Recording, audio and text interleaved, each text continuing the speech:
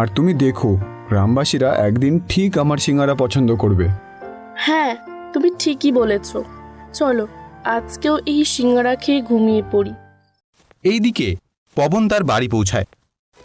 কি গো, এত টাকা আজকেও বিক্রি করে ভালোই লাভ করেছো। হ্যাঁ, এই আমার দোকানের মতন এত সুস্বাদু সিঙ্গারা আর কোথাও পাওয়া যায় না। এই সব কিন্তু এই পাউডারের কামাল, বুঝলে? আর দেখবে একদিন আমরা এই গ্রামের সব থেকে ধনী ব্যক্তি হয়ে যাব। হা হা হা হা হা। এই শোনো না, আমায় একটা মান্তাসা বানিয়ে দেবে? এক জোড়া মান্তাসা বানাতে কত সোনা লাগে তুমি জানো? আর সোনার এখন কত দাম বলো তো? আমি জানি না, আমার একটা মান্তাসা বানিয়ে দিতেই হবে। আচ্ছা আচ্ছা, দেবক্ষণ, তুমি এখন আমায় কটা খেতে দাও, আমার বড্ড খিদে লেগেছে।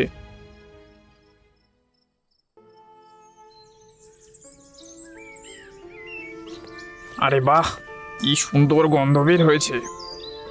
বাহ শিবু, কি ব্যাপার, আজকে তো ভালোই গন্ধ বের হচ্ছে রে। তা কি রে, পাউডারটা মিশিয়েছিস নাকি ভুলে গেছিস? আর পবন কৌটো থেকে অনেক করে পাউডার মিশিয়ে দেয়। এই সিঙ্গারা এবার আরো বেশি সুস্বাদু হয়ে যাবে।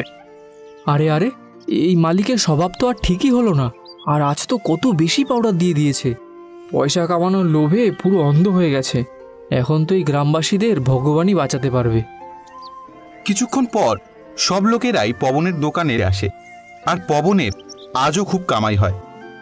আরে বাবা বাহ, আজ তো বেশ ভালোই টাকা লাভ হয়েছে। আর যদি এভাবেই চলতে থাকে তাহলে তো আর বেশি দিন দেরি নেই এই গ্রামে সব থেকে বড় লোক হতে।